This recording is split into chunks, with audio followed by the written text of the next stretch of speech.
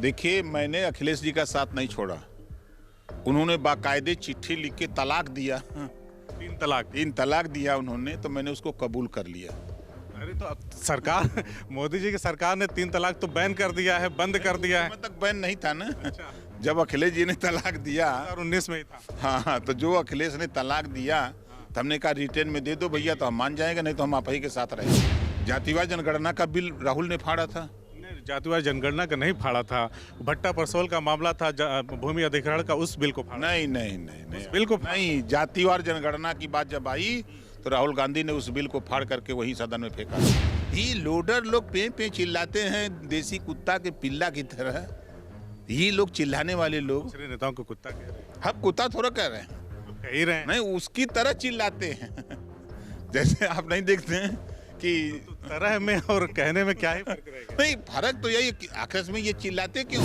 सरकारें 4 बार सपा की रही, 4 बार बसपा की रही, कांग्रेस की रही। तो आप सरकार में है, जिनकी वकालत कर रहे हैं, आप ही बता दीजिए कब मैं तो बता रहा हूँ कि पिछली सरकार मैंने इसी नाते छोड़ दिया था। लोग प्रधानी से इस्तीफा नहीं दे सकते, मैंने मंत्री रहते हुए छोड़ा था। पद छोड़ दिया। ठीक है, लेकिन मोदी जी ने सबके मुंह पर जूता मार दिया कि कैबिनेट से मुहर लगा करके। लेकिन ये मांग करने वालों को कभी अर्बन नक्सल और ना जाने क्या क्या कहा गया, ये तो अचानक से हुआ कि मोदी जी तैयार हो। एक भी नेता का नाम बताइए जो ये बात कहा हो कि भाई नाई, गोंड, पाल, प्रजापति, बिंद, केवट, मल्ला, राजभर, चौहान, आरा, कर्कबंसी, बंजारा, बहेलिया, खंगार, जोल्हा, दुनिया अंसारी, साईं, दर्जी, फकीर, इनको रिजर्वेशन का लाभ कब मिलेगा?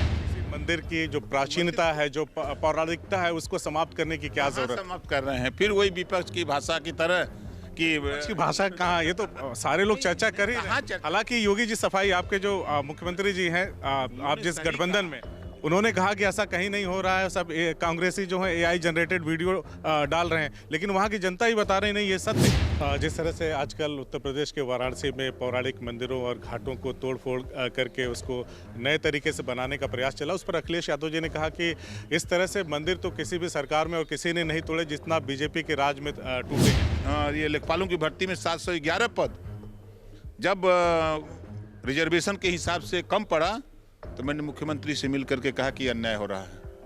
69,000 हो गया, अब वो नहीं, अभी इसको सही करके अगली कोई भी भर्ती किसी विभाग में हो, चाहे सामान्य वर्ग का आरक्षण हो, चाहे पिछड़े वर्ग का हो, चाहे SC ST का हो, सबको बराबर करके ही भर्ती। अच्छा, एक सवाल ये है, क्योंकि अब चुनाव 27 का सामने है, 2022 में आप अखिलेश यादव जी के साथ चुनाव लड़े, आपने बड़े बड़े दावे किए, वायदे किए। हालांकि ये राजनीतिक विषाद की अगर मैं बात करूं, दृढ़ इच्छा शक्ति की बात करूं, जिनका आप विरोध करते हैं वो भी आपकी काबिलियत पे इतना भरोसा करते हैं कि आपके बिना वो चल नहीं सकते, मजबूरी हो चाहे ज़रूरी हो, ओम प्रकाश राजभर को साथ लेना वो ज़रूरी समझते हैं। तो 22 में आपने अखिलेश यादव के साथ चुनाव लड़ा, फिर आप उन्हें मझधार में छोड़ के चले गए क्योंकि 24 का चुनाव था सामने, और फिर आप बीजेपी के साथ आ गए, फिर आप मंत्री बन गए। 27 में किसके साथ रहे? देखिए, मैंने अखिलेश जी का साथ नहीं छोड़ा। उन्होंने बाकायदे चिट्ठी लिख के तलाक दिया। 3 तलाक दिया उन्होंने, तो मैंने उसको कबूल कर लिया। अरे तो अब सरकार मोदी जी की सरकार ने 3 तलाक तो बैन कर दिया है, बंद कर दिया है। मैं तक बैन नहीं था ना। अच्छा। जब अखिलेश जी ने तलाक दिया, 2019 में ही था। हाँ, तो जो अखिलेश ने तलाक दिया तो हमने कहा रिटर्न में दे दो भैया, तो हम मान जाएंगे, नहीं तो हम आप ही के साथ रहेंगे। तो उन्होंने लिखित हमको भिजवाया, तो हमने उसको कबूल कर लिया। तो कबूल करने के बाद तब जा कर के मैं भारतीय जनता पार्टी NDA गठबंधन में शामिल हुआ। तब 27 में NDA के साथ ही रहे? निश्चित है। अब देखिए, आने वाला कल ये तय है कि अगर हम अंबेडकर नगर, आजमगढ़, गाजीपुर, बलिया, मऊ, बस्ती, तमाम जिलों में आपने देखा कि समाजवादी पार्टी के साथ जाने पर बीजेपी के कई जिले तक खाते नहीं खुले। आप अंबेडकर नगर 5 की 5 जीते, 10 की 10 यहाँ जीते, 7 की 7 गाजीपुर जीते, बलिया जीते, मऊ जीते। मतलब वो स्थिति पैदा हो गई कि जहाँ 325 सीट हासिल करने वाली भारतीय जनता पार्टी, वो 65 सीटें हार गई। और ताकत, जो अतिपिछड़ों की ताकत है, वो 38% है। आज पूरे प्रदेश में अतिपिछड़ों के सवाल पर किसी से पूछिएगा, कोई भी व्यक्ति, चाहे वो सामान्य वर्ग का हो, चाहे पिछड़ा हो, चाहे दलित हो, चाहे अतिपिछड़ा हो, लोग यही कहते हैं कि एक ही नेता है जो पिछड़ों की बात, दलितों की बात करता है और निर्भीक और निडर होकर बोलता है। हमने बताया ना कि 711 लेखपालों की भर्ती, जब उसमें ये लेखपालों की भर्ती में 711 पद जब रिजर्वेशन के हिसाब से कम पड़ा तो मैंने मुख्यमंत्री से मिल करके कहा कि अन्याय हो रहा है। 69,000 हो गया, अब वो नहीं, अब इसको सही करके अगली कोई भी भर्ती किसी विभाग में हो, चाहे सामान्य वर्ग का आरक्षण हो, चाहे पिछड़े वर्ग का हो, चाहे SC ST का हो, सबको बराबर करके ही भर्ती हो। आदेश बाकायदे पारित हुआ है। किसी नेता के पास हिम्मत? ही लोडर लोग पे पे चिल्लाते हैं देसी कुत्ता के पिल्ला की तरह।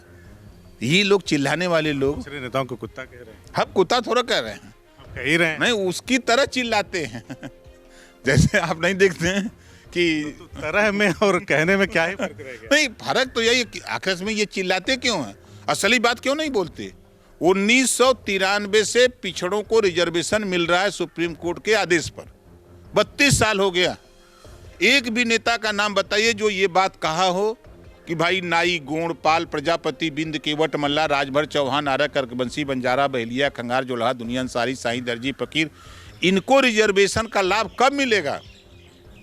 सरकारें 4 बार सपा की रही, 4 बार बसपा की रही, कांग्रेस की रही। अब तो आप सरकार में है, जिनकी वकालत कर रहे हैं, आप ही बता दीजिए कब मैं तो बता रहा हूँ कि पिछली सरकार मैंने इसी नाते छोड़ दिया था। लोग प्रधानी से इस्तीफा नहीं दे सकते, मैंने मंत्री रहते हुए छोड़ा था, पद छोड़ दिया। ठीक है, फिर उसके बाद जो आपने कहा ना कि बीजेपी चले गए, देश के प्रधानमंत्री माननीय नरेंद्र मोदी जी, देश के गृह मंत्री माननीय अमित शाह जी ने बुलाया और कहा, ओम प्रकाश जी, आप प्रदेश की बात करते हो, हम देश की बात करते हैं। हम रोहिणी आयोग का गठन करते हैं, उसकी तैयारी करते हैं, जो आपकी मंशा यूपी में हम देश में करेंगे। रोहिणी आयोग का गठन हुआ, उसकी रिपोर्ट भी आ गई। 5 सदस्यीय टीम पूर्व राष्ट्रपति रामनाथ कोविंद जी के नेतृत्व में गठित हुई, रिपोर्ट ने समीक्षा भी हो गई। अब वो लागू होने के लिए टेबल पर पड़ी है। जिस तरह विपक्ष नहीं, जिस तरह विपक्ष सवाल करता था, जैसे आप कर रहे हैं कि जातिवार जनगणना मोदी जी नहीं कराएंगे, लेकिन मोदी जी ने सबके मुंह पर जूता मार दिया कि कैबिनेट से मुहर लगा करके। लेकिन ये मांग करने वालों को कभी अर्बन नक्सल और ना जाने क्या क्या कहा गया, ये तो अचानक से हुआ कि मोदी जी तैयार हो गए। नहीं, देखिए, मैं जिस दिन लागू होने के एक दिन पहले एक डिबेट पर मैंने कहा, सवाल आया तो कि आप पक्षधर हो, हम के मोदी जी के नेतृत्व में एक दिन में नहीं, लेकिन एक दिन जरूर जातिवार जनगणना होगी, आप देख लीजिएगा। और दूसरे दिन कैबिनेट से मुहर लग गई, क्योंकि मोदी जी ने ये बात डायरेक्ट, जैसे हम आप बात करें, हमारी उनकी बात हुई थी। उन्होंने जब पूछा था कि बताओ आपकी मंशा क्या है, आप क्या चाहते हो, हम कहे आज़ादी के बाद जातियों की गिनती नहीं हुई, ये गिनती हो जाए, हम आपके साथ। उन्होंने कहा हो जाएगी। हम कहे तो लोग कहते हैं कि नहीं मोदी जी कराएंगे, कहा लोगों को कहने दो। जब मैं 27% आरक्षण बंटवारे की बात कहा, उन्होंने कहा कि धैर्य रखो, जिस तरह विपक्ष कहता है कहने दो, हम लोग काम पर विश्वास करते हैं। इसको भी एक दिन में हम जरूर लागू करेंगे, आप चिंता न करो। सर, जिस तरह से आजकल उत्तर प्रदेश के वाराणसी में पौराणिक मंदिरों और घाटों को तोड़फोड़ करके उसको नए तरीके से बनाने का प्रयास चला, उस पर अखिलेश यादव जी ने कहा कि इस तरह से मंदिर तो किसी भी सरकार में और किसी ने नहीं तोड़े जितना बीजेपी के राज में टूटे हैं। हालांकि मंदिर वाला सवाल आपसे लेने से पहले मैं एक बात और क्लेरिफाई कर दूँ कि आपका एक बयान पुराना बड़ा चर्चित रहा है कि मुझे राम नहीं, मेरा संविधान चाहिए, लेकिन फिर भी मैं चाहता हूं कि आप इसका जवाब देखिए। जो निर्माण का काम है, पुरानी व्यवस्था जो रही है, अगर वहाँ सौंदर्यीकरण करके मणिकर्णिका घाट को अगर सुंदर बनाना है, सामने आपने देखा होगा कि विश्वनाथ जी के मंदिर में जाने के लिए भव्य और दिव्य बन चुका है रास्ता, उसके बगल में सटा हुआ ये मणिकर्णिका घाट है, बहुत पुराना है। तो अब लोगों की चाहत होती है कि एक अच्छा सुंदर सा घाट बन जाए।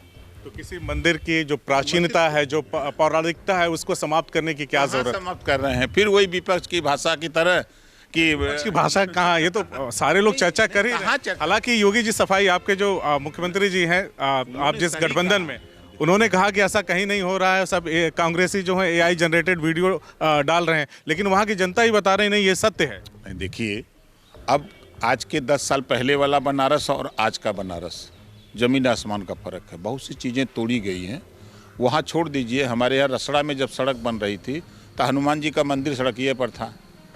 अब जनता एक तरफ जनता करे कि इसको बगल में कहीं बनवाया जाए, और कुछ लोग करेंगे नहीं, खबरदार यहाँ से मंदिर न हटे। तो कहने वाले लोग सपाई और कांग्रेसी थे। तो अब वो मंदिर बगल में भव्य मंदिर बन गया और रास्ता भी बन गया। अब वहाँ लोग पूजा पाठ कर रहे हैं। तो वहाँ उसके सौंदर्यीकरण के लिए जो मुख्यमंत्री जी और प्रधानमंत्री की मंशा है, उसको मंशा है कि विकसित भारत बनाने के लिए हमको छोटे छोटे मंदिर जो हैं उसको बड़ा मंदिर बना करके एक भव्य और दिव्य देना है। तो उसके लिए तो तोड़फोड़ होगी। अब विपक्ष जो चिल्ला रहा है इसको अब यही काम करना है, कुछ करना तो है नहीं। सरकार तो आनी नहीं है। विपक्ष आवाज में नहीं उठाएगा तो आप लोग कहेंगे कि बोलते ही नहीं। क्या बोलेंगे? विपक्ष सही बात बोला कभी जीवन में?